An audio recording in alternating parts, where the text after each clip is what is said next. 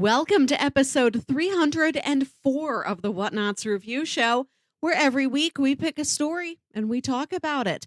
This could be a movie, a TV series, an anime, a comic book, an audio drama, all kinds of entertainment. We watch it, read it, or listen to it, and then we come back here and talk about it. My name is Melissa Wilkinson, and I am joined, as always, by Kyle Springer. Excuse me, my name is Slimer. I am currently Kyle dressed Slimer. up. Yeah. Kyle Slimer is here on the mic. I am dressed as Maddie Hayes from Moonlighting. Amazing. Great. It's perfect. Perfect. Already had a big pink 80s business power blazer in my closet. Just had to curl my hair a little bit. Great. It looks awesome. Yeah, it's been spooky month. It's October, and as we normally do, we've been doing some horror stories and stuff like that. And this is our closest episode of the show to Halloween. So we're dressed up. Yeah. We're in costume. Yeah. We try to do this most years, to dress up as a review show topic from within the past year. Yeah, We have talked about Moonlighting, and we have talked about the Ghostbusters saga. Indeed. I love this costume. It's just a giant onesie that I'm in. Those are good. Those are helpful. Yeah, it's this like giant lime green onesie. It does have the Ghostbusters logo on one side. But it's Slimer. He's got his teeth. His tongue is right here. It's detachable, so I can stick it on whoever, right? You just find it around the house. Your cats are playing with it. Right. You've heard of I Elf went on to a go Shelf. see tongue everywhere. Yeah. I went to see Ghostbusters in the theater this week. My local Alamo Draft cool. House was having a little Ghostbusters movie party. There you Not so go. much of a party, but I did get a little thing of like green slime, a little Oh. container of play slime with a Slimer sticker on it. That's It's awesome. got plastic ghosts floating in it. That's so cool. I love Ghostbusters. I've seen Ghostbusters 100 times. Never gotten to see it in a theater before. That was fun. That's awesome. And there's so many people wearing pajama jumpsuits that look like the Ghostbusters uniform. So many t-shirts. Originally, my idea for a costume was actually to be Blue-Eyed Samurai and do all that stuff. But I wasn't sure if like Spirit Halloween or something like that would have the stuff that I needed. So I found kind of what I was looking for on Amazon. But that's the risk you run with that is like, well, I could buy the like shirt, but I don't know if it's the right size because it's some like Chinese or Japanese brands that their sizing is different. So it was just like, well. Or I could be a Ghostbuster. I know they'd have that at Spirit Halloween. And of course, they have their like whole Ghostbuster section. But the first one that I saw, I would have loved to be. It wasn't Slimer. It wasn't a Ghostbuster itself. I could have been the Ecto-1. But it was like one of those like inflatable wearables. So I was like, there's no way that I can like sit on the podcast with that thing. And then I saw Slimer and I was like, oh, perfect. This is great. I love it. I love the idea of being the car. I've never seen anyone Right? dress up as the car. Exactly. People will turn their car into the car, but they won't turn themselves into the car. Exactly. Well, talk to Titan or whoever, right? We had a lot of good costume prompts this year. I wish I could have found a way, maybe with like a bed sheet and a hula hoop, to be the Rover bubble from The Prisoner. Yeah. Just a big white orb. My first thought was like, can I do something from The Prisoner? Can I get like a multicolored cape? Like how awesome would that be? Prisoner is easy. I'd love to just have a whole Prisoner theme party. That show's got such an aesthetic to it. So good. But yes, we are not here to talk about Moonlighting or Ghostbusters. We are here to talk about something else entirely. A trilogy of movies, in fact. Melissa, do you want to introduce us to these movies that we watched? Yes, we watched X, Pearl, and Maxxxine. This is a recent horror trilogy, all directed by Ty West, starring Mia Goth. X and its prequel, Pearl, came out in 2022. Interesting that a prequel is the middle part of this trilogy. Mm-hmm. And the sequel, Maxxxine, came out just earlier this summer. I had seen Yeah. all these before, but you had not. You wanted to wait until all of them were out to watch all of them at once for the show. Yeah. I mean, you had recommended X and Pearl to me before, and then when Maxxxine came out, like it was like July 4th, I think it came out. Yes. Yeah, America. you were like, Kyle, you really should check these out. I wanted to do them on the show, and then you had suggested we do them in July after our Nicolas Cage episode. But I was like, I don't know if I'm going to make it out to the movies to see this one, but it'll most definitely be on demand or something on streaming by October. And since these are kind of horror movies, it would almost be perfect to do that. And so we were like, yeah, let's do it. So yeah, I mean, I had heard of these. Your recommendation went a long way to me being like, maybe I should pay a little more attention to these, because you know me, I'm a wimp. I'm a big baby when it comes to horror. So even if something like vaguely interests me, I tend to still stay away if it's like it's a horror. I probably won't. But you were like, I think you'll like these ones. So here we are. I've now seen the entire trilogy. Was I right? Yeah, I like these. Yeah, absolutely. Were you able to figure out exactly why I said you would like X specifically? Yes. Okay. Yeah. Good. Yeah. I look forward to talking about that part of it. So I had kind of known that was in there. This certain thing was in there beforehand, but I did not know how it looked. Right. All of that stuff. So we'll get into that in a little bit when we do spoilers and stuff like that. But I would want to know your thoughts. What drew you to these movies? What do you like about them? What stands out? Spoiler free. I saw the trailer for X early on in 2022. It's a pretty good trailer. Look it up. I remember being cut together well. Cool. I was curious about it just because it's early 2022. Like the film industry is still warming back up post-COVID. I was just happy to have anything. Yeah. And I really loved Mia Goth from previous movies I'd seen her in. We had seen her before in Suspiria. She's in that Anya Taylor-Joy Emma movie. I think that was the first time I'd seen her.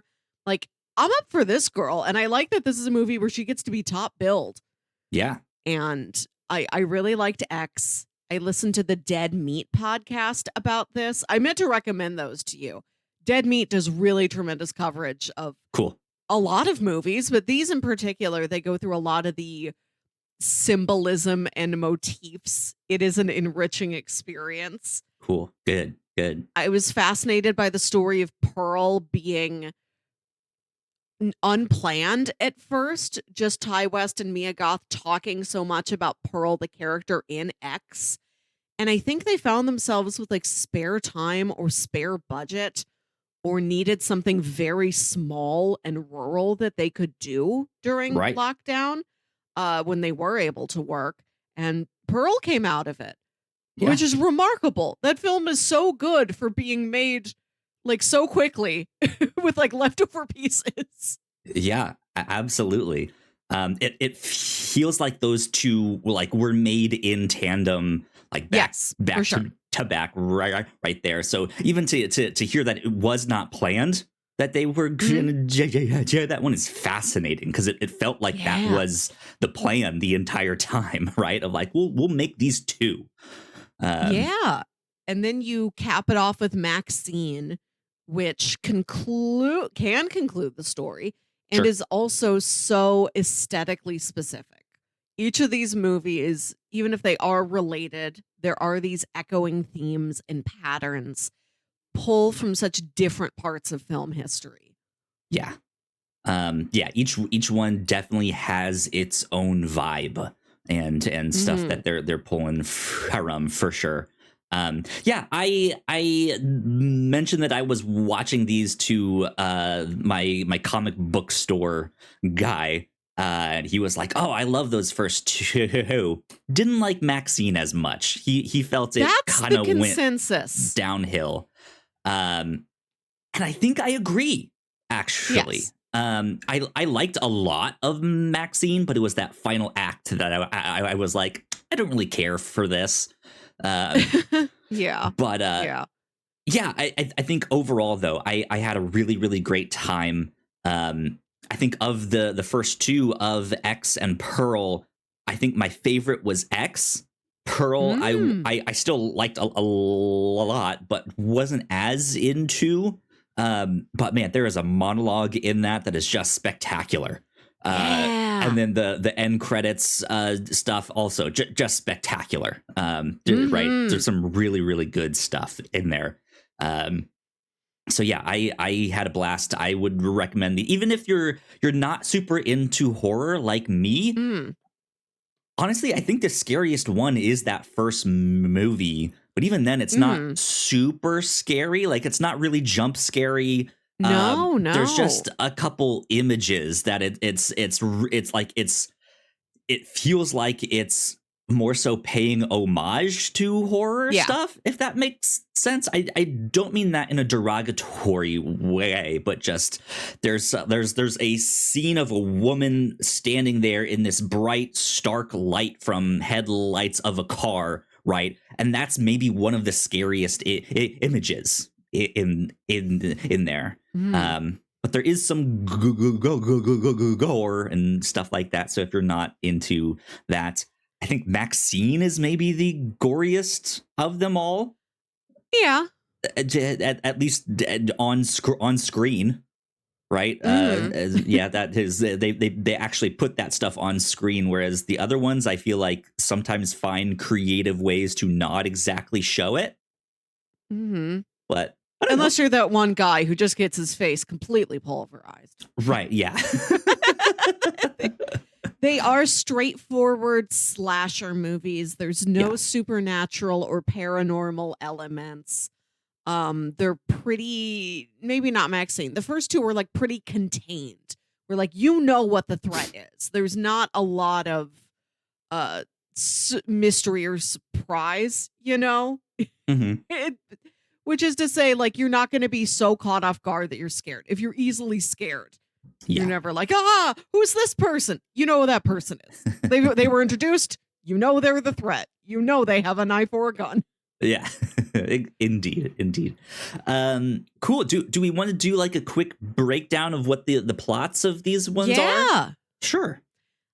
X is a movie set in, I think, 1979 about an adult film crew who rents out a spare cottage on this farm to film in their barn secretly and do like a farmer's daughter porno film, which they are hoping is going to be really artistic. They're like, this is Yeah. not just any stag film. We really want to do something with the medium of sex on film. Especially the And camera guy. He's like, I want like French avant-garde, like it's hot in Europe, right? Like it's hot over there. They don't know here in the States yet. And there is an elderly couple who runs this farm, and there is tension between them that turns into some murders.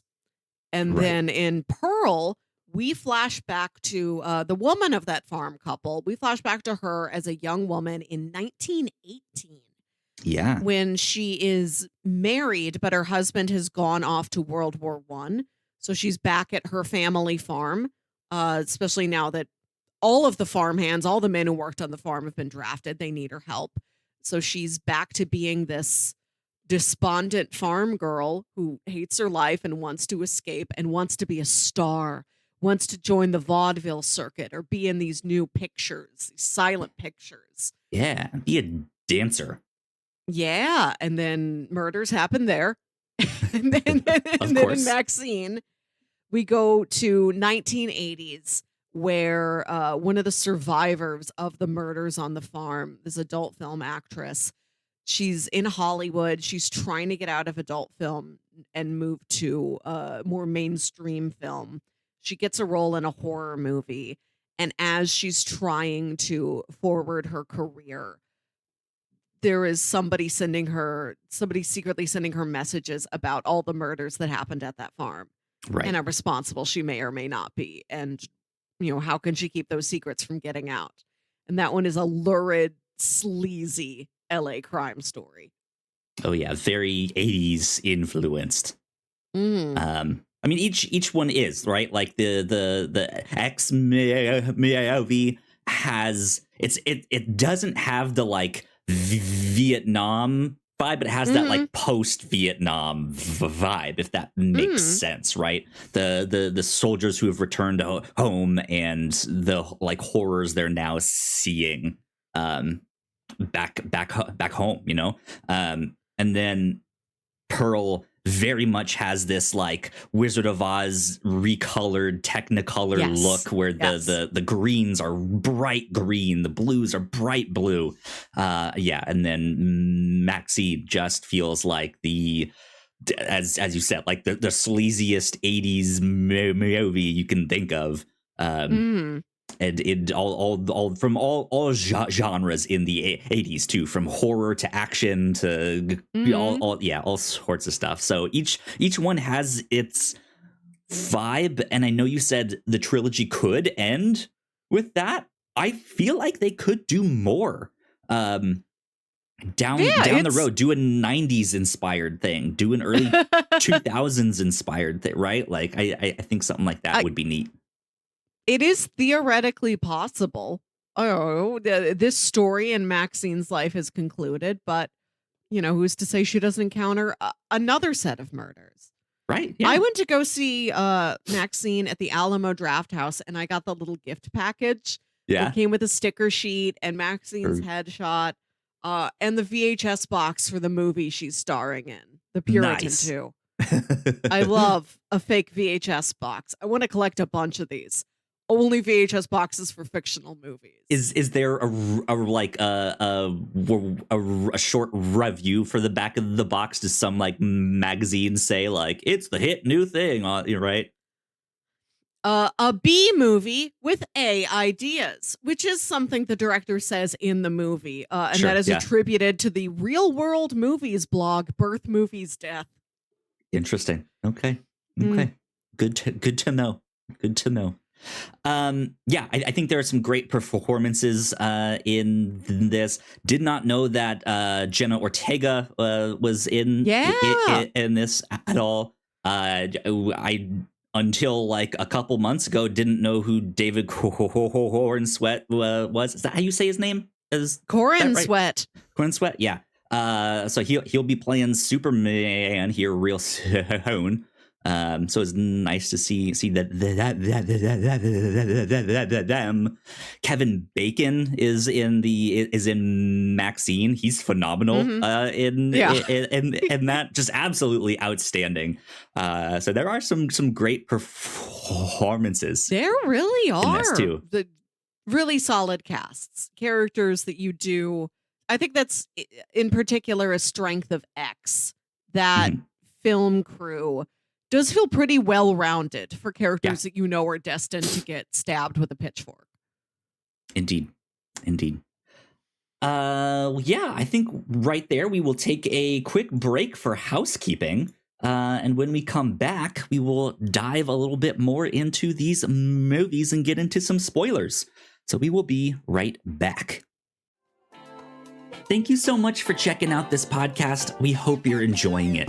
If you didn't know, we make multiple different shows here at the Whatnauts, and a lot of hard work goes into making them, so we would love it if you check them all out.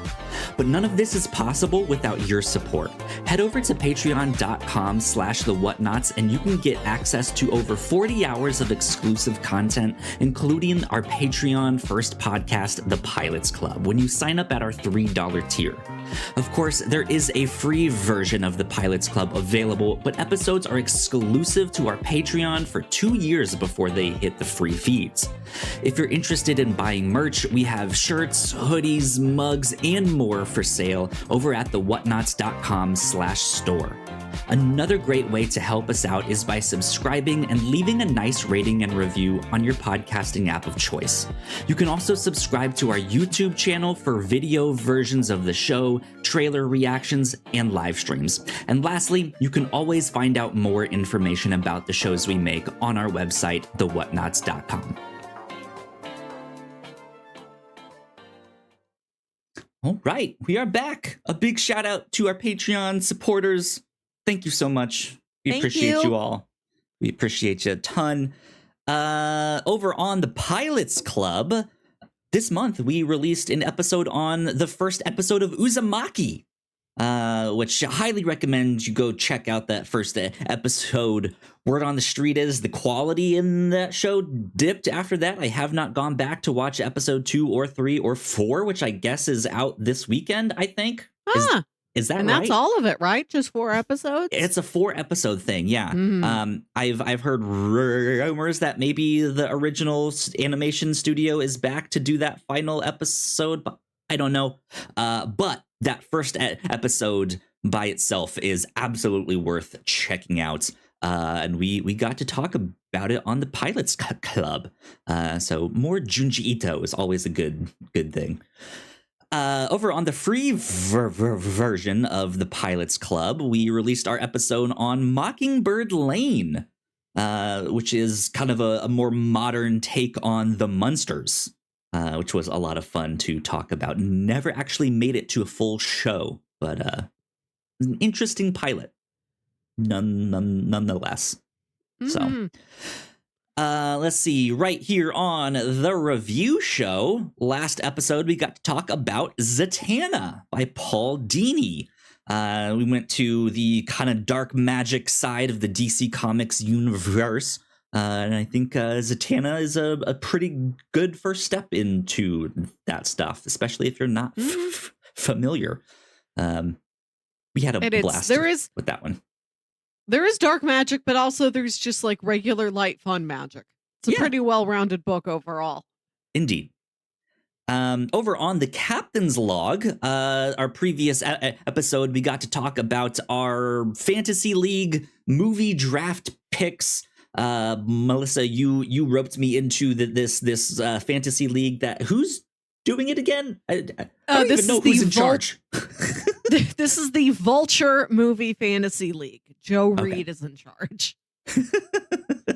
Well, he'll be hearing from me. No. We got to talk about our picks for that, why we picked them, all that kind of stuff. Melissa, you went to go see Saturday Night, the new movie about Saturday Night Live, and that laid up into their very first episode. I got to talk about rewatching Paddington 1 and 2, which is always a delightful time. We got some pop culture news, like Invincible season 3 will be out in February. Silo season 2 had a trailer, all that good stuff. There's tons of things. So go check out the Captain's Log, but keep an eye out, because our next episode is our Halloween special. We'll be in costume again. It'll be a blast. We like to take old stories and stuff that we mentioned on the Captain's Log, old anecdotes, and twist them into horror stories. And it's always a blast. It's one of our favorite times. It is our silliest episode we do every year. Really one of our most creative games. Yeah. It's a lot of fun, so be on the lookout for that. But that is it for housekeeping for right now. So, without further ado, let's get into spoilers. All right. So, Melissa, you had pointed this out to me. You recommended it to me because 2 years ago, right, when we watched both of the Suspiria movies, I did not catch that there was a double role being played there. That one actor was playing 2 different roles in that. And when you said that, I was like, what? No way. Absolutely not. And so because of that, that's why you recommended me these 2 movies. And I wanted you to have that surprise. So I never told you exactly what it was. But I'm like, there's one of your favorite things we've ever encountered on the review show. You get to see it again. But I won't tell you what that thing is. Just go watch this movie. Yeah. What Dead Meat said is X is a movie that stars Mia Goth, and Mia Goth's side boob. Yeah. Amen. Thank you for your service. Yeah. Yes. Yeah, so I don't know if I knew exactly what you were talking about when you first recommended it to me, but I know just kind of from being online, I absorbed the information that Mia Goth was playing. Like, I think I was under the impression that in X, Mia Goth was playing a certain character, and then in Pearl, she was playing like her grandmother or something like that. So I knew like there was some kind of like same actor cast in multiple roles, but I didn't know exactly what was happening. And no, it's not her grandmother. They're not related. But still, it just did interesting that she's playing the like. She's playing Maxxxine and she's playing Pearl, both old and young versions of Pearl. Yeah. And yeah, it's a lot of fun to see her do all of these different versions of these characters. Yes. It's a blast. So transformative. Her performance and all of the special effects makeup. They filmed this in New Zealand, so I think that's Weta. That's like the Lord of the Rings people. Sure. Still 20 years later, the standard for special effects. They did Pearl. They also did her husband, Howard. That's like an actor who's maybe like 50 playing somebody who's like 80. There's a good amount of makeup on him too. Okay. Yeah. Yeah, I mean, they do a great job. To be fair, it's pretty obvious when they're on screen together. Not in the sense that like, oh, it's bad green screen or stuff, but like you can tell it's the same. You're actor. The same size, yes. Right? Yeah, all of these proportions are the same. Facial structure, yeah, all of that stuff. But that also like it just helps with the creepiness of the movie because it's like, why do you look so similar? Like if this was an actual thing to happen, right? In real life, of just how creepy would that be? You find someone who's basically your twin, but like 40 years older, 60 years older. I don't know it, right? If this movie wanted to be a doppelganger horror, it could have done so effectively. Sure. Yeah. I like that it has this theme of envy and the loss of youth, the loss of sex appeal, the longing to be young again, but also the expectation of a younger person that, oh, when you just turn like 45, your sex life just dies and you just become an old person immediately. Like the sort of light switch of like maiden, grown. The only 2 settings, nothing in between. The fact that it takes it so far and literalizes it as, no, we are having an old person who is envious of a young person's beauty, both being played by the same actor. Yeah. Which oddly enough does actually remind me of some stuff that Junji Ito has done in Uzumaki.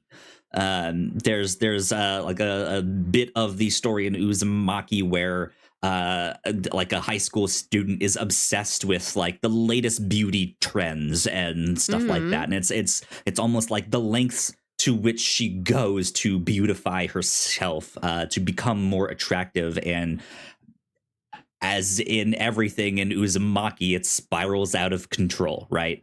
And yeah, like that, kind of reminds me of the stuff that's in X and Pearl here, right? Where they are obsessed with wanting to be a star, being a celebrity, being famous. They're obsessed with youth, with beauty, with this I don't know, for lack of better terms, this magic, right? Of yes, that just X factor. Exactly. And yeah, I like what they did with this a lot. I think I think the first Movie X is just kind of playing around in that space. I don't feel like it's necessarily a really profound movie, but Pearl I think had much more to actually say on that stuff. Not that X was devoid of that stuff. It's certainly in there for sure, but I feel like Pearl was a little bit less of a horror and more philosophical movie. It is a drama. It is a tragedy. Yes. So they go great hand in hand there. But yeah, I like the cast in X. I like that they are shameless about their profession. They've got a really healthy idea of sex. They're very non-judgmental. And Jenna Ortega, who's been brought in, she's like the camera guy's girlfriend from college who's in a film class with him. She's just brought along to like hold the boom mic. She doesn't know this whole world. And she's not really judgmental. She's sort of wary and cautious. And they're like, sex is great. It makes people healthy. It's great for so many people. Like, you know, no matter your race, no matter your orientation, like it's delightful. Why wouldn't we want to provide this enjoyment to people and get the most out of our youth while we are young? That is almost the one metric of judgment they do have is, well, at some point we will be too old to do this. Which is the main struggle for adult Pearl and Howard, that she has never lost her sex drive. She's wanted to still have sex with her husband, but he's like, I have a bad heart. My heart will give out. It's not that I'm not attracted to you, just like medically I can't. And her being trapped in that dynamic. Right. I can hear what he says, but because he is unable to put those words into action, I feel as old as I am. You know, I feel decrepit. I feel ugly. I feel unwanted. I am upset by the excess of these young people who have come to my farm who get to do whatever they want. Yeah.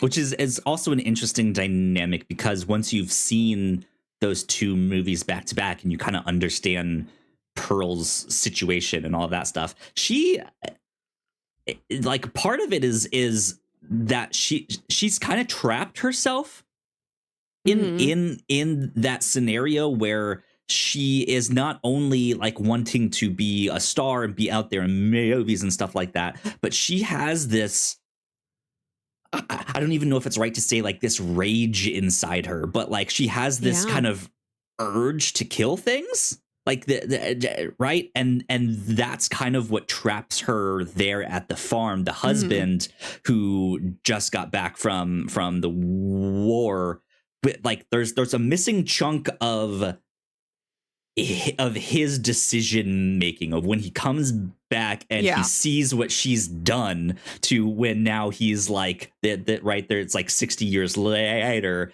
and he's still with her, knowing like what's inside of her, right, and is okay with it, but protecting her, but also making sure it doesn't get out and stuff like, right, like there's this resolve that he's kind of taken, but it's trapped her in this situation here, and it's just it's such an interesting scenario. Yes, that's what I think makes Pearl my favorite of these, and I think I did like X more originally, but Pearl sticks with you. It's really one of a kind. Like, if X isn't available to watch, there are more contemporary things you can watch in its place. Sure. You know, you could watch like the Texas Chainsaw Massacre or a Friday the 13th, any kind of slasher. if Maxxxine isn't around, there is an 80s sleazeball crime slasher fest you can watch. Like there's more comps for X and Maxxxine. There's nothing that's really like Pearl. I can't name another movie I've ever seen that's set in 1918 that is not just a World War One movie. Right. It's a setting you rarely explore. There's World War One. There's the Spanish flu. So you have this sort of eerie pandemic parallel going on. And Pearl's situation is in that she's a married woman. She should be having her own independent life with her husband. It seems like she's maybe in her early 20s, like old enough to be living on her own, but because as soon as they got married, her husband got drafted into war. Right. She's stuck. She's been reverted back to this childlike state. She has to be on the family farm.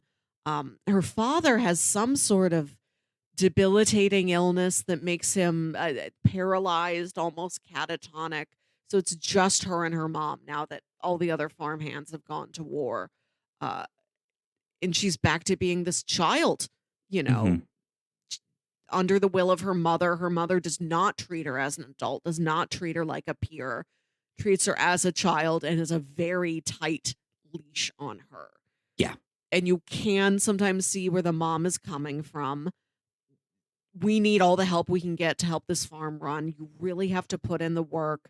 They are German immigrants. World War One was against Germany. She's scared of the farm going under, scared of this pandemic, scared of prejudice, and just so haunted by her homeland being torn apart by, all these other Germans being attacked. So she's, and just having her husband be gone, the mother says, I was supposed to be his wife. I wasn't supposed to be his mother. I wasn't supposed to be caring for him in the way that now I have to care for him.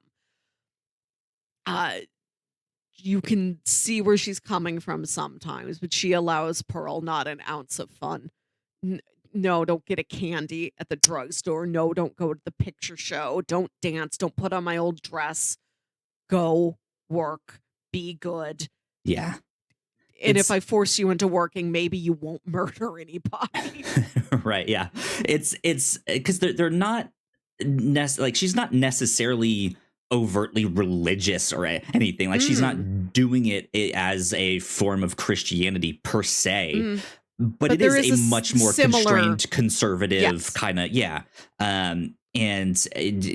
Pearl just kind of wants to get out of this situation.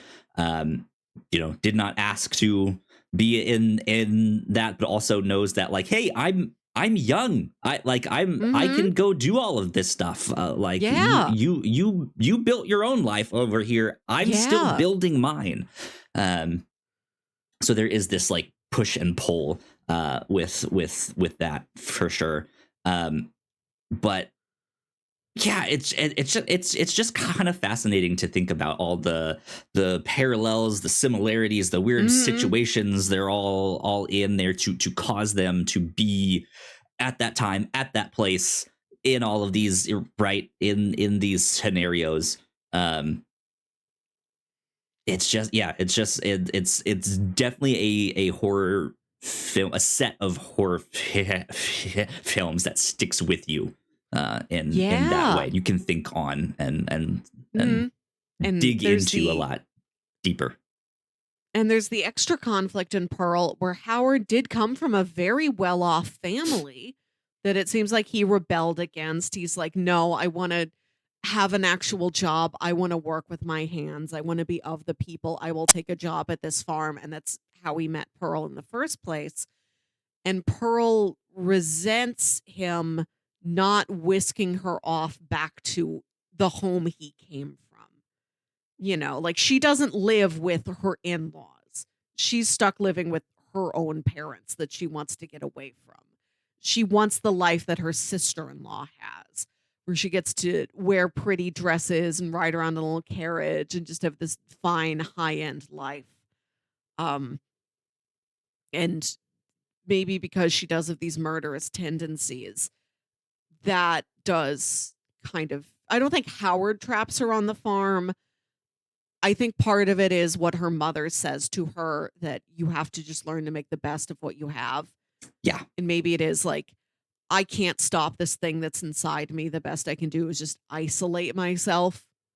Yeah, If we're and out here that's on this farm, we could that's just grab lonely travelers and kind kill of them. what I was thinking, right? Of like the farm is isolated enough that they can kind of stay there for as long as they need to, which is I mean, who knows if it was Howard that made that decision or not, but I feel like if they had moved somewhere else, they then run that risk of kind of more people, right? Like it's easier for them to be discovered, but if they can just kind of live this quiet life here, they can be happy together at least, right? Make the most of what they have. And then, yeah, just kind of a ironic gut punch when this film crew comes and they're all about like youth and sex and just this And free they kind of can be stars. yeah, The way Pearl never was. yeah. So it's some interesting things that I saw in or that I thought about in Pearl, which you maybe kind of touched on one of those details of like it wasn't explicitly stated, but it would make sense if this was the reasoning behind it. Since they are German immigrants, why does Pearl not have a German accent? She might have tried really, really tried to get rid of it, tried to assimilate and aspire to, if this is pre-film, maybe pre a lot of radio in the household, but if she would go into town and see shows, if she'd see like song and dance and vaudeville performances, she may have had more of an exposure to the accent of the local community. I think they're in Texas. I was even thinking like, yeah, school. Like what school did she go to? And her parents must have been like, hey, pick up their accent, not ours. Speak like them.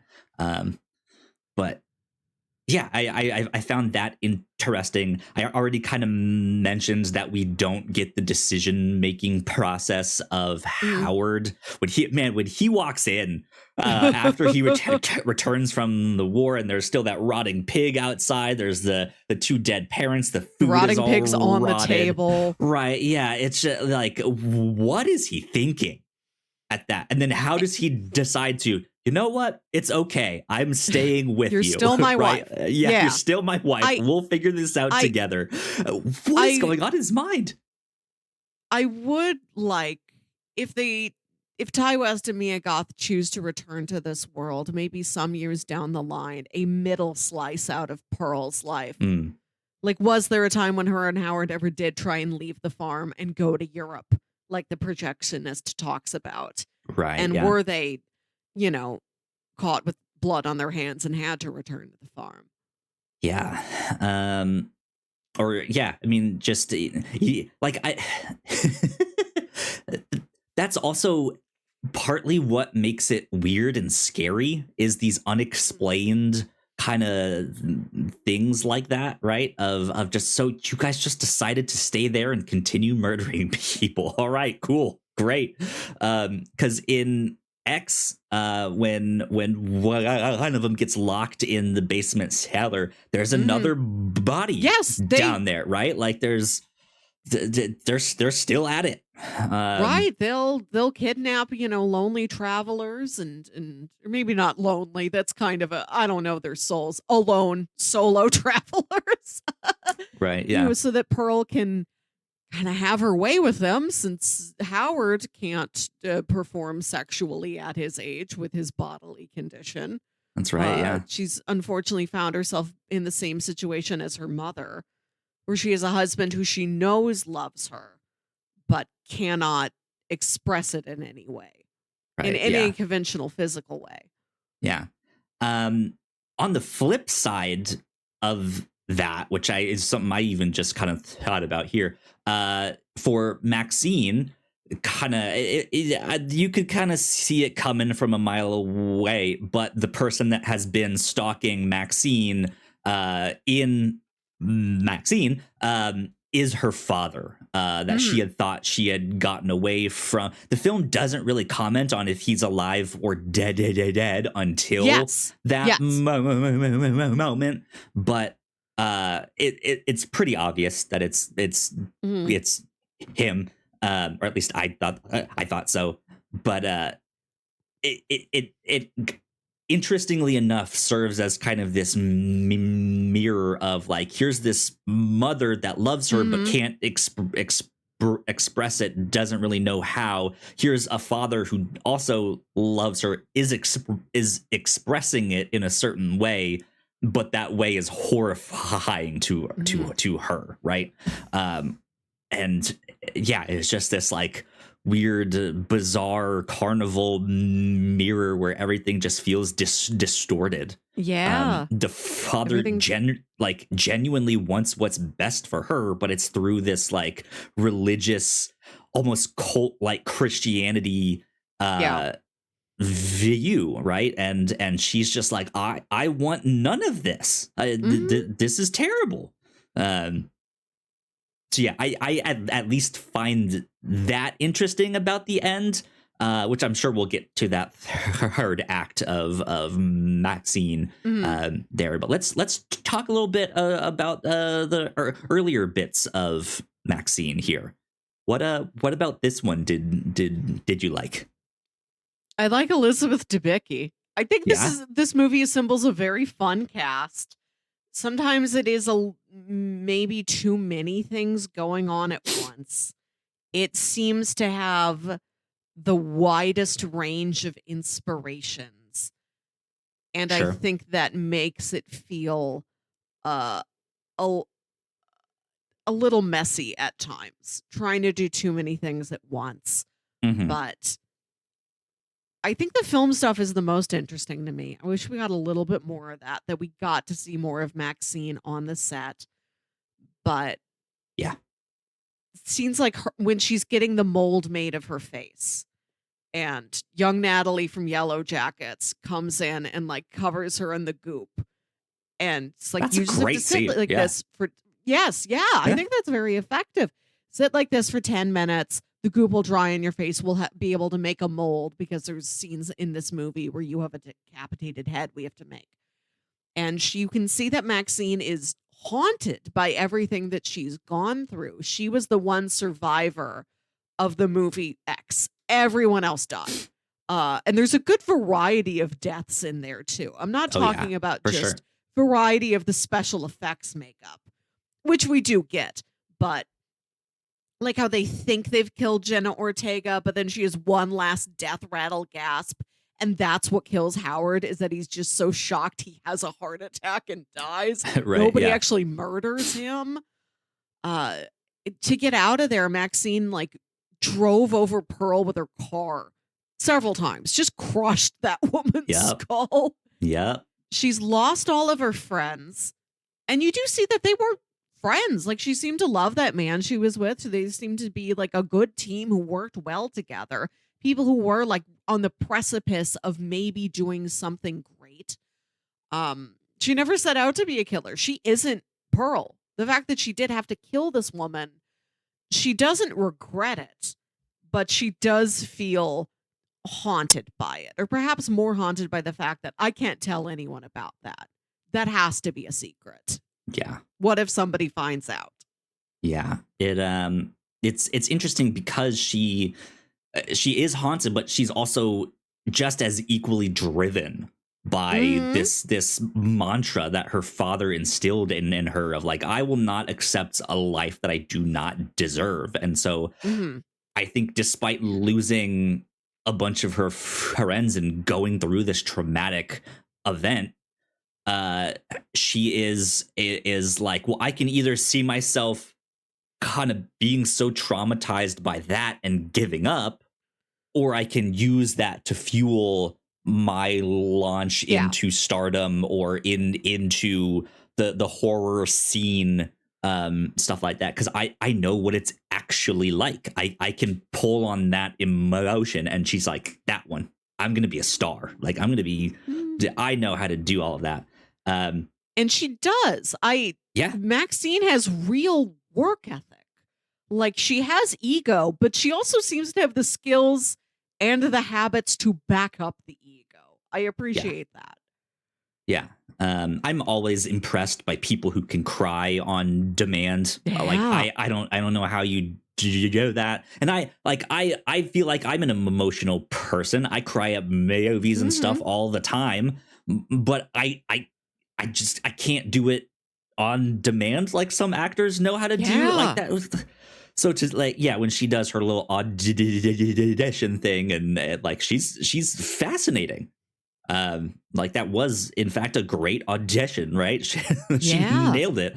um so yeah, like I really respect all of that stuff, but even then like it's interesting because as the people around her start dying, and the two cops that are after her, played by Bobby Cannavale and Michelle Monaghan, Mhm. they it seems like they kind of encounter her as this like emotionless, like you just like you knew these people, how come you aren't affected Mhm. by that? And then when she finally sees the guy who owns the VHS store being carted out, Yeah. and Michelle Monaghan's character does that on purpose, absolutely, like Yes. lifts up the thing so that she can Mhm. see it, and she just instantly like runs towards him. Yeah. She has a strong connection with him, which I wish the movie had explored a little Yes. bit more. He was a Yes. great character. Yeah. But what we did get of him and them was fantastic. Um, but yeah, like I think that moment is when like no, she is an actual emotional human, right? Mhm. She's not the one doing this.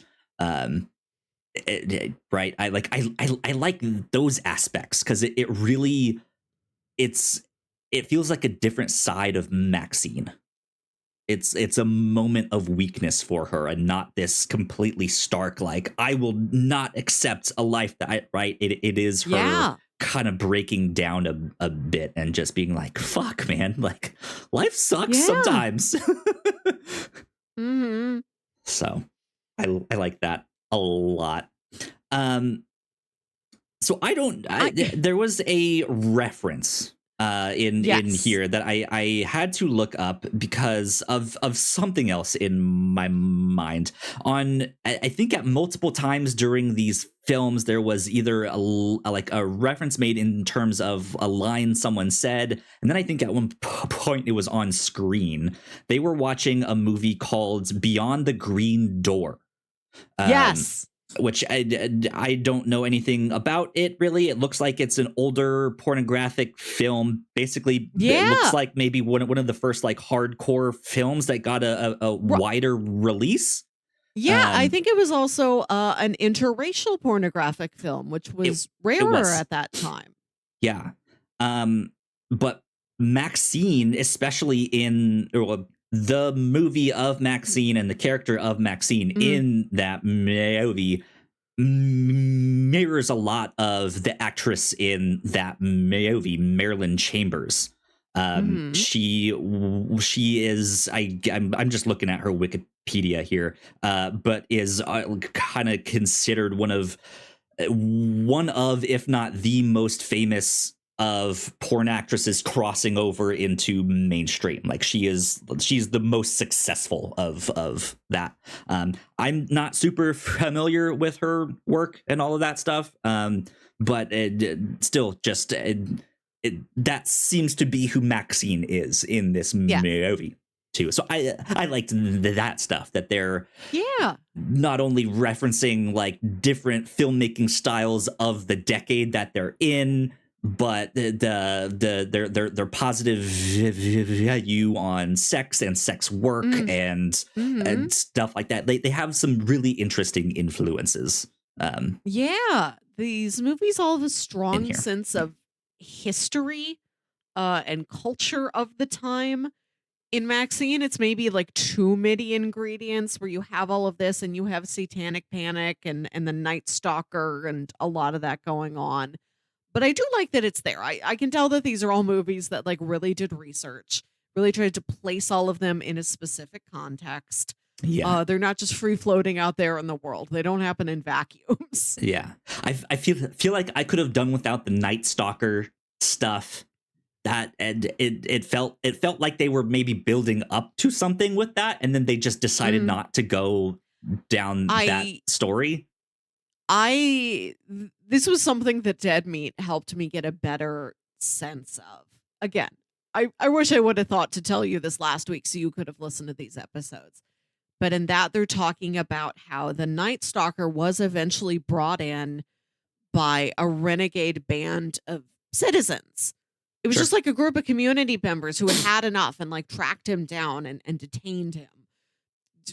Probably were pretty violent with him, but they posited that that's an echo of how Maxxxine can no longer like stand by as these other like young women in the entertainment or sex work industries get killed. And especially when it happens to her friend from the video store. It's about her kind of taking charge. Yeah. That makes sense. I like on one hand, I almost wish that was more explicit, right? But it felt so background and so just on the back burner compared to, and your father's back, and it's more generational trauma and family trauma and stuff like that. And like we had said, it's that like odd mirror of like the relationship with your mom and the relationship with your father here. And that I think on one hand was probably the better choice, right? To stick with the themes that the movies had kind of already been playing on and to explore them a little bit further. But also, like we said, I didn't really like the last act of Maxxxine. Yeah, I got kind of. There's a part where she fantasizes about how the situation could end, and it's not immediately clear that is what's happening on first watch. So when I first saw the movie, I did feel kind of unstuck in time. That so close to the end of the movie, we go into a fantasy sequence and then pull back out of the fantasy sequence and have a real ending. Right. Yeah. It felt like, cause, I mean, yeah, you mentioned the word sleazy, right? It's this like sleazier side of Hollywood. It feels like a crime, not necessarily like a Miami Vice style stuff, but obviously pulling a little bit of influence from that kind of era of crime shows and stuff like that. But the last act seems to then switch to action, like 80s action movie. Yeah.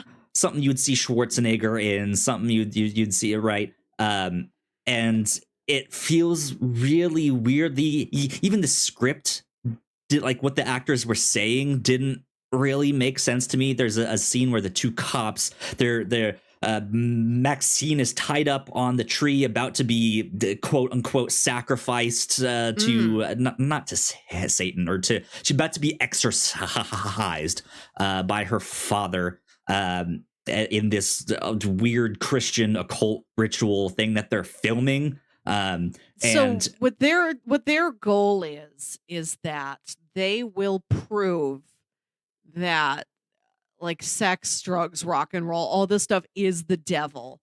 Right. They will show people, look, this is what this world does. And they will do that through actual sacrifices. Like you are a sacrifice. This is for the greater good. Right, if we have you as a cautionary tale for what happens, if you go into adult film and all of that, or just Hollywood in general, you can save all these other girls in the future. That's her dad's sort of twisted thinking. Yeah, absolutely. And there's a scene when the gunfight breaks out. The two cops are kind of behind this wall. Michelle Monaghan sits back down after just finishing her clip and says, "Cover me, I'm reloading." To which I was like, "You're behind the wall. What do you need him to cover you for? Drop. Just stay down behind the wall and reload. You don't need him to cover you. It's not like you're out in the open or you're moving. It was stuff like that I was just like, what are you? And I was worried for a sec there that they wouldn't have called for backup. That like you just start shouting and all of this stuff and you don't call for backup here in this. Eventually they did say backup is already on the way, right? It was just off screen, but I was like, how do you not do that in situations like this? There were enough small details like that where it just kind of took me out of everything that was happening. Even the costumes that these people were wearing, these almost like it's not exactly Ku Klux Klan, but it's a mix of that and like some weird not her BDSM masks or anything like that. Her dad's painted gold for some reason. Just his face. Just weird like, choices. Yeah, full gold member over there. The weirdest choice to me in Maxxxine is that when our two detectives go and find some dead bodies that have been dumped, the coroner, who's only there for like 2 minutes, is played by Toby Huss, a hardworking character actor with a long career, who I feel like has reached a level where he's no longer the guy who just says 3 sentences. I'm like, that's a little bit too big of an actor to put in, from *Halt and Catch Fire*. Okay, yeah. Yeah, I recognized him. I was like, oh, it's the dude from *Halt and Catch Fire*. I just don't know his name, but yeah.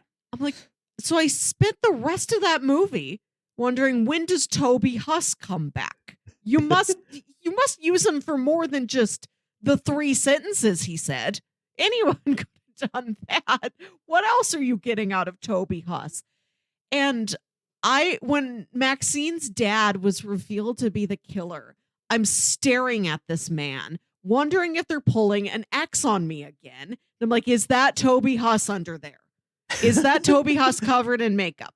Because I remember that Maxxxine had a dad who we saw on TV Toby as a preacher. Right. But I'm like, I didn't remember so specifically what that man looked like. So I'm staring at him. I'm like, are you like the Lost Boys trying to find Peter Pan, squishing Robin Williams' face? Like, are you Toby Huss? Why was Toby Huss in here so briefly? Is he coming back? Yeah. But that's something that can like really vary. I maybe somebody who's never seen Toby Huss before, for sure, was not thinking about this at all. And that's something that can be tricky. When does an actor reach a level of notoriety where it is distracting or at least like you have a character actor whose people have seen and enjoyed enough times that it's like, surely this is a supporting player, a full supporting player, and not just 3 sentences, perfunctory part of the police cast.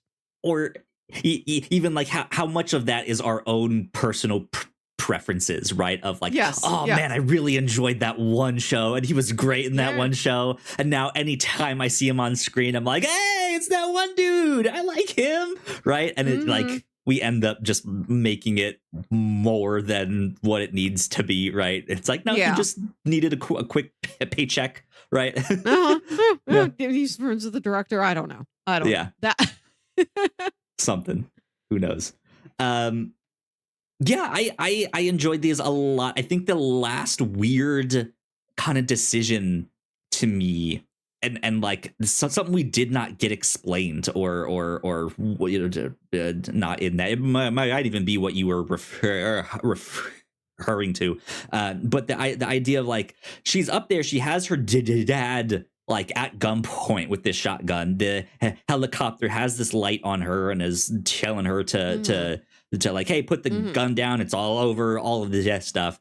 And then she shoots him right in the face, and that's it. And then we get all of the like, and then she's on like Good Morning America and the late night talk show and all of this stuff. And I don't know when and where all of the like fantasy stuff ended or stopped in that, because that is a weird detail too, of like, well, if they saw her just murder her dad, right, like, wouldn't she not be the big star after that? Wouldn't they put her away for killing him? I don't know.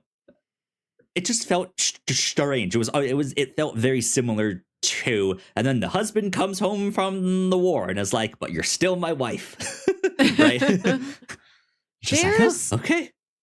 I won't say what it is, but there's another horror movie that came out this year that ends with a shootout.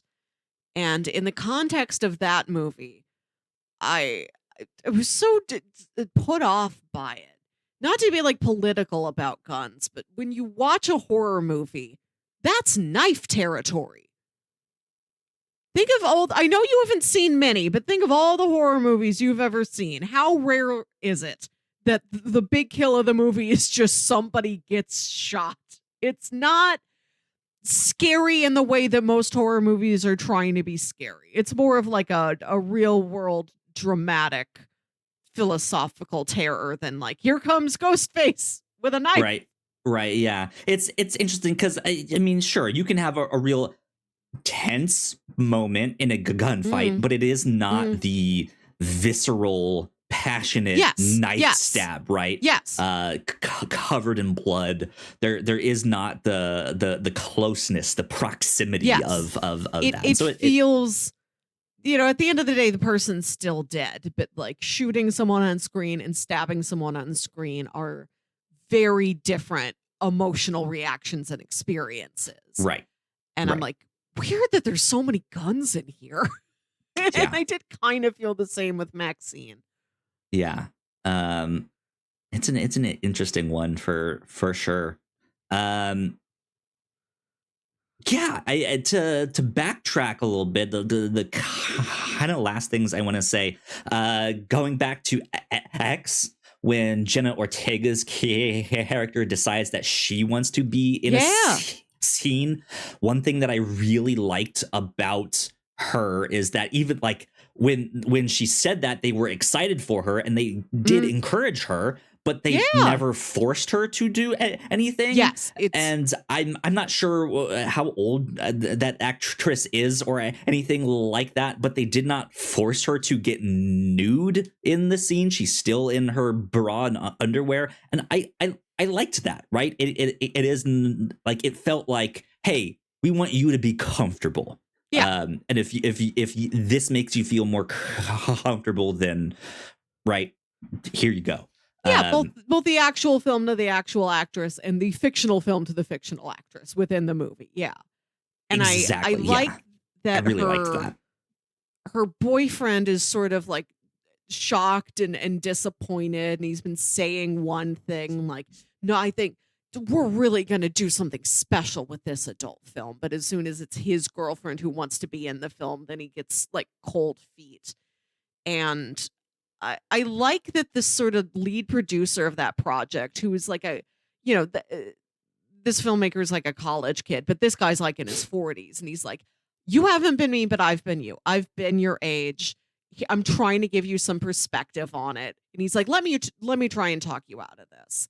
And I do like that they treat it as less of a whole character flaw for that. I think his name's RJ, that filmmaker. Less of a whole character flaw for him and more of just like a reaction, a phase, a thing he has to go through and get out of. You know, he's not a prejudiced person. He just needs to adjust and deal with a thing. And that this older man sees that and like tries to help him through it. You know, that cast of characters in X is a little more well-rounded and a little nicer than you would have expected. Yeah. Like they do respect Howard and Pearl. Kid Cudi, I like his character. I like that he's served in Vietnam, and he sees that when Howard mentioned that he served in like World War I and World War II, he sees the man as a peer, as a colleague, and like that relationship, that thing they have in common, makes him respect the man. And he's like just wary enough, like, I want you to respect me too, to see me as a peer also. don't shoot me with your gun. But like, I think we have something we can connect with. When Pearl goes missing in the night, when she snuck out to kill RJ, stab him many times, and then do some ballet in front of the truck lights, and Howard doesn't know where she went, and he's looking for her. They're all these people are all very concerned. They do want to Oh help. yeah. They're like, I will go out in the middle of the night. I will put my boots on. I'll get a flashlight. I will help you find her. Like Yeah. they seem like good people, and you don't always get that in a slasher film. Yeah. And like in Pearl, Absolutely. her sister-in-law seems pretty nice. Like you might expect a character that comes from this rich family to be snobbier than I think that girl Mitzi actually is. You know, it Yeah. seems like she does genuinely like Pearl, is enthusiastic and encouraging. Like, I heard about this great opportunity to go become a dancer. Pearl, I know you'd love this. Do you want to go do this together? And it doesn't have any of that Mean Girls energy to it. Right. Or at least it's not directed towards her because of the marriage, right? There really does seem to be a like, we should get to know them. Like, we should hang out with them. And stuff like, and it seems like they have a great relationship for the most part, right? Yeah. The Pearl's mother is still a little bit standoffish, maybe a little more strict in her, like, this is like our family and what we believe, and that's them. But yeah, Pearl herself, I on one hand, I feel like kind of sees her as a role model, but also a peer at the same time. This reminder that, like, I could be living that life here. That's right? You're what I want to be. Yeah. Let's see, something else that I thought was really neat. Again, just a shout out to the relationship between Maxxine and the guy that owns that video store. Leon, I think is his name. Something like that. I wish we had gotten more of him, because he's fantastic. You don't get to know any of the supporting characters in Maxxine quite as well as you'd like. I like Elizabeth Bender. I like the director. She's got interesting presence. She gives something different to the story than anyone else does. Like, she's in a similar role, I suppose, to Pearl's mother in Pearl.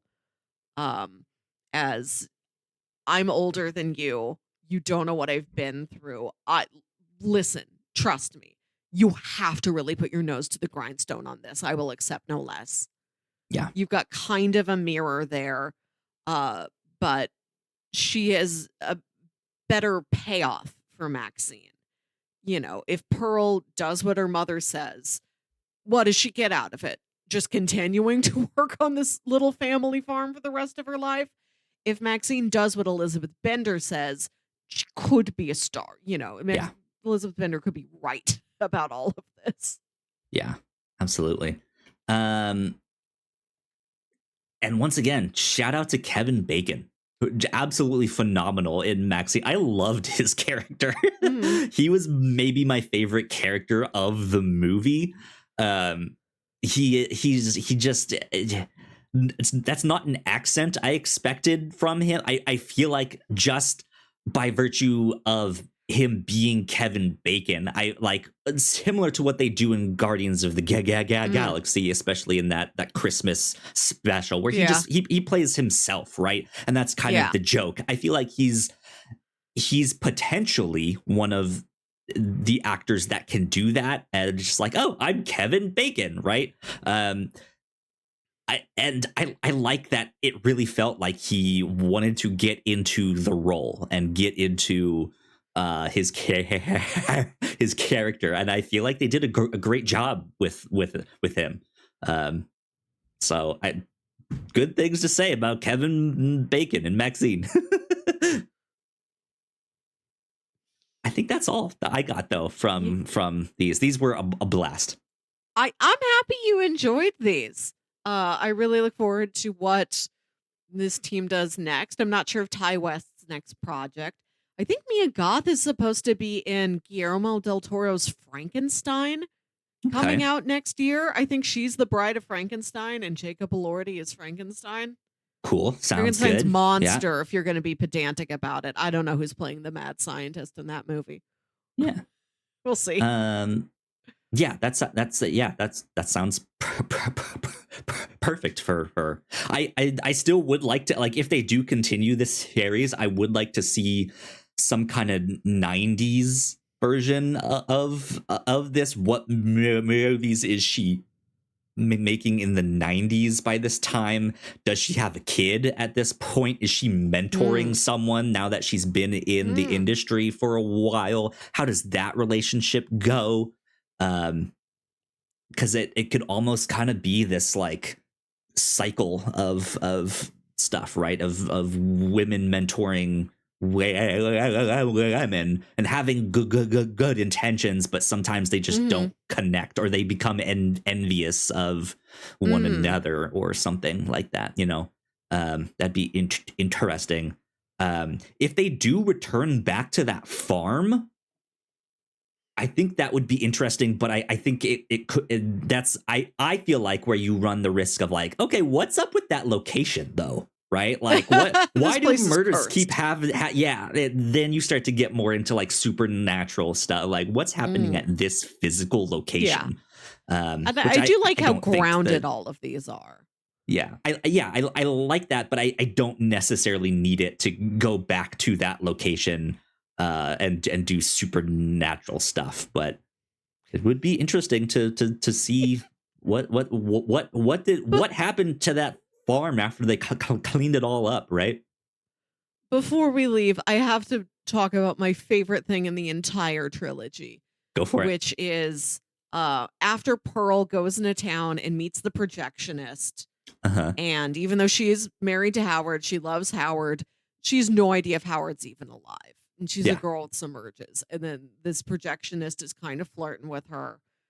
And I do like that the projectionist is, again, not as sleazy as you'd think he would be. He's not sleazy, but he's more mild.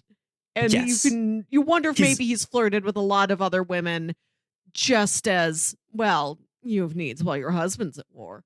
And maybe he might not be that person in another context.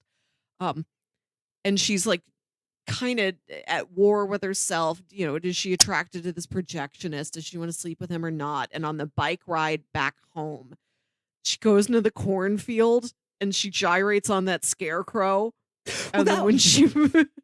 That's a whole other just weird thing, because he gives her like a single frame of the movie she just watched. She, on the bike ride home, she loses it.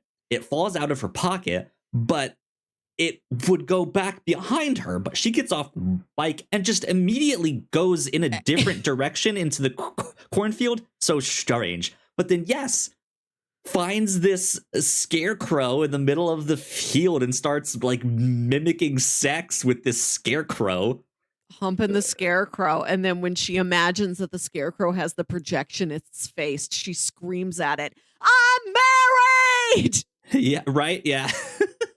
That's the best. I know everybody talks about the end of Maxxxine when the end of Pearl, when Mia Goth delivers this long monologue and the movie ends with her just smiling, trying to smile and cry at the same time. Not a still image, a full performance, full video of her continually smiling, grimace smiling for the whole run of the end credits. That is the highlight. But her screaming at the scarecrow that she's married is my personal bit of performance from her.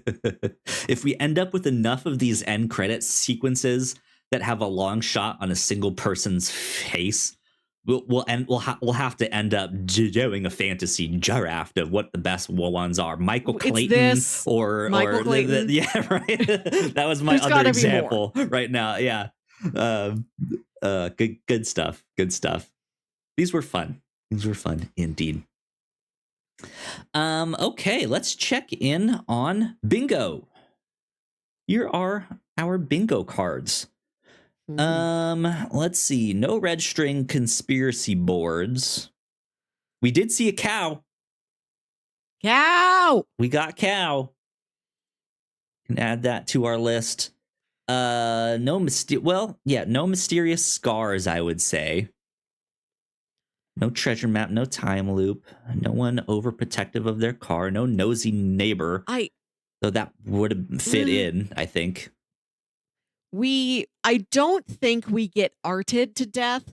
We have characters who go and pursue art and get killed for not completely related reasons. They don't die for their art. They maybe died because of their art. Yeah. I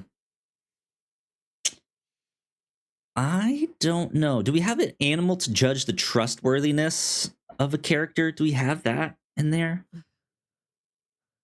I don't think so. Know. I think Pearl really projects on Mr. Goose not liking the show she puts on in the bar. I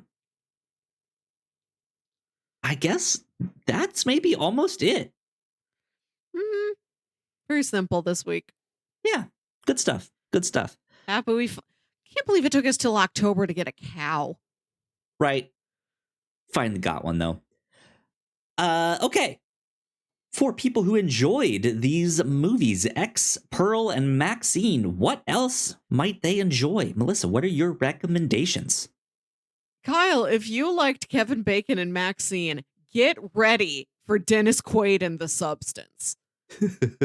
Okay. I really recommend The Substance. I don't, as you hear this, it might have just exited theaters, but please get in on VOD. Please subscribe to Mubi and watch this. The Substance is a remarkable body horror film where Demi Moore plays a star who, on her 50th birthday, the network fires her from this like daily aerobics show that she hosts. And desperate to get a new lease on life, she takes something called The Substance that makes a new, younger, hotter her. And they both exist as sort of two parts of a whole, and it's about the conflict between the two of them and them tearing each other's lives apart. I really recommend this, especially if you are.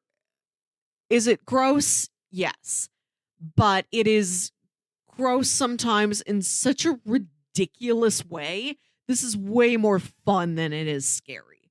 Please try and brave The Substance. Cool. If you want more stories of living and dying and aging and trying to be a star in Los Angeles, on episode 246 of the review show, we watched Angeline. Angeline is a limited series. Too. It was a limited series on Peacock. This is about this real phenomenon, maybe you could call it, in Los Angeles around the 80s and 90s, where this woman named Angeline just started putting up giant billboards with her face on it. I'm kind of surprised we didn't get some Angeline billboard. Yes, it seems like you would have. Yeah. Just billboards promoting her. She just wants to be a star, but there's all this mystery about who are you? Where'd you get this money? Why do you have all these billboards? Star how? What do you do? What do you want? Where did you come from? Where did you go? Another movie that really is arted to death. You suffer for your art and you feel the threat of perhaps a hotter woman taking your place. We watched Black Swan on episode 197. Mm-hmm. And we mentioned it earlier. We watched both Suspirias, the original and the remake with two Tilda Swintons, on episode 181. And Mia Goth has a terrific scene in the remake of Suspiria. Yeah, definitely. Another performance of hers that I really like is a horror movie from last year called Infinity Pool. Okay. I remember hearing the name. In this movie, Alexander Skarsgård and his girlfriend go on a vacation to some tropical resort somewhere. And he accidentally kills somebody. He like hits them with his car or whatever. And they're like, oh no, here, the culture on this island, like if you take a life, they punish you by death. you are going to die unless you give us millions and millions of dollars and we create a clone of you, and the clone will stand trial and die on your behalf. Mm. And it's about the mind games that happen with that, what that does to you to see this copy of yourself and have it killed so that you may live. And Mia Goth is another vacationer he encounters. There's a scene where she taunts him by making him walk in front of her car. Somebody else is driving her car, and she is laying on the hood eating a bucket of fried chicken, just taunting Alexander Skarsgård as they just like slowly bump into him and make him keep walking around this lonely dirt road. Terrific stuff. I love Boogie Nights. Cool. You know, if we're talking, if we're watching a period piece that's about the adult film industry, I gotta mention my beloved Boogie Nights, a New Year's Eve movie. I watch it every New Year's Eve. If you need something to fill that time slot, if you really want to spice things up after a bunch of wholesome Christmas movies, watch Boogie Nights. Is there one of those things that, like, if you start Boogie Nights at 9:53 and yes, there must be. I don't know exactly what time you're supposed to start Boogie Nights, but somebody can do the math. Just Google it. And I love the Scream series. These are good old-fashioned slashers, very meta. And because they are so meta about the nature of what a horror movie is, every movie in the Scream franchise feels a little different because they're all commenting on their specific place in the franchise. What the second movie is about is very different than what the sixth movie is about metatextually. Yeah. Cool. Jen Ortega is in Screams 5 and 6. And I'd really like to recommend Scream 3, which takes place on the set of a movie that is about the events of the first Scream.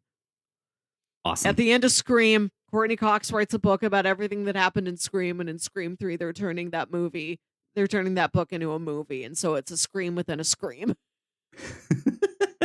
There you go. Good stuff. Good stuff. What do you have? I absolutely want to second Angeline and Suspiria and Black Swan that you mentioned. Those are all good ones. I mean, you could, since if you also like Black Swan, of course, we can always say Perfect Blue. Go check that out. That's a good one. Well, if you're into anime, that one especially. Or even if you're not. If you're not conventionally an anime person, but you're like, let me try a movie. I will commit to a single movie and not one of these shows that runs for 1,000 episodes. Perfect Blue is an excellent one to pick. It is very much an adult drama. It's an adult psychological thriller. It is a type of story that is very rarely told in animation, in Japan or in anywhere else. Yeah. Indeed. I think if you want like old Hollywood horror stuff or like crime stuff, there is a comic called The Fade Out by Ed Brubaker and I believe Sean Phillips. I hope I'm not misattributing that. They often work together, so that's why. But it's written by Ed Brubaker, and it's a series of murders kind of in old school Hollywood era. That I think it is Sean Phillips. Sean Phillips, perfect. Yeah, the artwork in that is spectacular. I